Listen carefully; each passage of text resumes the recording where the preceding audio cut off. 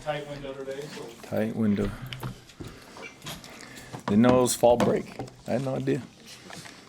Did you notice the other day when you were leaving, no cars from the park? No, not at all. What's your message? I mean, how do you kind of bounce back from that game? Because obviously we haven't seen a game like that from your defense yet this year. The same way we got to do all the time. You know what I mean? Whether you're good or bad, you gotta look at the answers on the tape. You look at the tape and you see, was it execution? Was it the manner of which we do things? I mean, schematically wise, there's some things that I would definitely not do again. So it's all encompassing. You look at it and you be very forthright with the guys and you move on. So. What did you see on the tape, Tony? Again, all around, right? I mean, the guys were executing, but schematically there are some things that I did not like that was completely stupid. And then there's just again the manner of which you do things, And there's always calls that you want back and everything, but at the end of the day, you need to make sure that you instill that confidence and have the guys running around with their hair on fire. And I didn't do a good enough job of that last week, so. At this point, do you think a lot of the struggle is the mental side of things? That's great. I mean, I think that is just coaching in general. That if anybody had the correct answer, you would have teams that just never lose. Period. Right? Just that's it. But I think it's about the consistency. And when you do well, you don't get too high. And then when you don't do as well, you're able to focus in on the things that make you good, and then really bounce back from those things. So that's the thing. That would be the mark of a good team, right? It's how well you bounce back, how well you're able to turn the page, whether good or bad performance, and then move on and get ready for another challenge. So. Do you try to leave emotion out of it when you're bouncing back, or do you want to try to kind of lean into that as you? No, I mean it's a combination of everything, right? I mean there's X's and O's, there's execution, there's play calls and situations, right? Then there's the emotional side because. If you can get up and give a speech, right? Or you can get up in front of people and give a speech and be dynamic. I mean, there's different ways of doing things, So I don't think you can take the emotion completely out of it, but at the end of the day, like I have to make sure that those guys are, ready to and charged up to take the field. Not only to do their job, because these guys do everything you ask them to do. I mean, these dudes, man, like they'll run through a wall like these. That's why it really bugs me because it's me. I mean, so again, you just gotta keep on finding different ways to make sure that they're playing with their hair on fire. 56-7. Is there concern on your part as the leader of the defense that confidence would wane this week a little bit? No, not based off of today.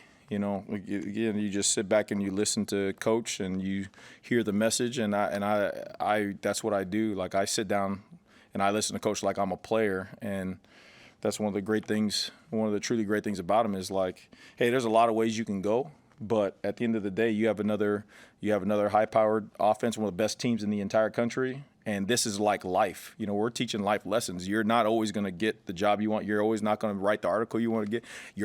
That's not always going to happen, but it's how you respond from it and how you learn from it. So this is one of those examples, and, it's our job to make sure that we get the guys going. So. Not based off today, are you talking about what Rule told the team or practice? Or No, they went out there and they practiced their ass off, like, period. If you went out there, you would have been like, holy cow. So, again, these guys, they do what you ask them to do. So it's just I got to direct the ship the right way.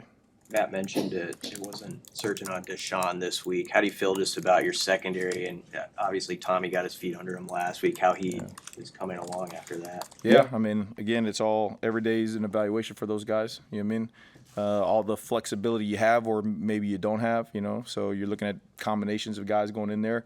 Great chance for the young guys to step up. I mean, Braylon Prude, Rio, you got Larry Tarver. You got guys who've been kind of just Rex Guthrie, who have been just steadily getting better and better and better, especially going against our offense. They're just getting better and better. And so now an opportunity presents itself to rise up and see if they want to take it. So we'll see.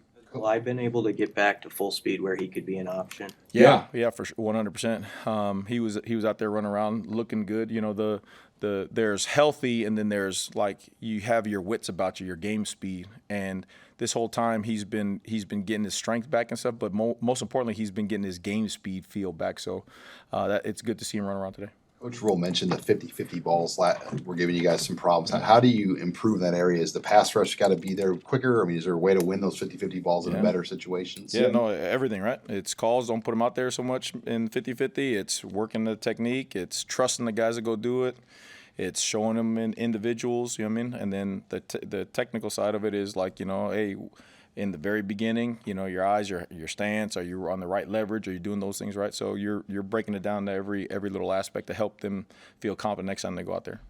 Tony, in what ways does the opponent this week, clearly one of the more talented teams in college football, require you guys to be fully focused and have moved on from whatever it was that happened Saturday? Yeah, I mean, that not just this because it's this team, but just when you compete, period. You know what I mean? Like you have to take it all back down to zero and then just rev it back up. I mean, and it just so happens that you got a really good team, but same thing like last week. If you don't know what to do and how to do things, then it doesn't matter who you play. Like you're not going to play well. So we just got to make sure that, again, it always comes back to us being at zero and just building ourselves back up to that point where you're on the edge and you can just go play. In what ways does Ohio State really stress you, maybe stress you more than what you've seen this year? Yeah, two ways. One, athletically wise, they got some phenomenal athletes, right? I mean, the two backs are some of the best backs in the country. The really all three wide receivers,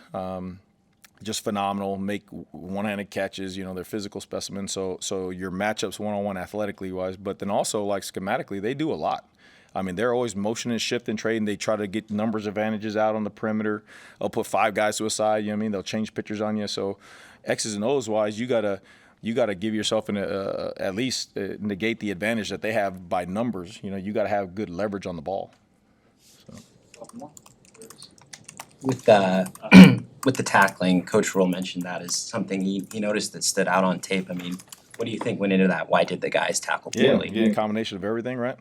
Combination of maybe not working it as much in practice. Combination of being schematically in too many one-on-one tackles. You know what I mean? Like if I miss a tackle and I'm the only guy there, then those balls hit for bigger gains. But if there's two or three people around there, then chances are those are minimized. So again, it goes back to me schematically wise, making sure that there's wherever the ball is going, that there's multiple guys to tackle the ball. You know what I mean? Instead of one guy, it's easy to point out one guy when he misses a tackle, but it's hard when there's 3 and 4 guys. One guy misses, then the ball doesn't get out like that. So got to put more guys around the ball. Is that part of what you mean when you're critical of yourself schematically? 100%. Yeah. 100%. It's not All right. Not right. Thanks.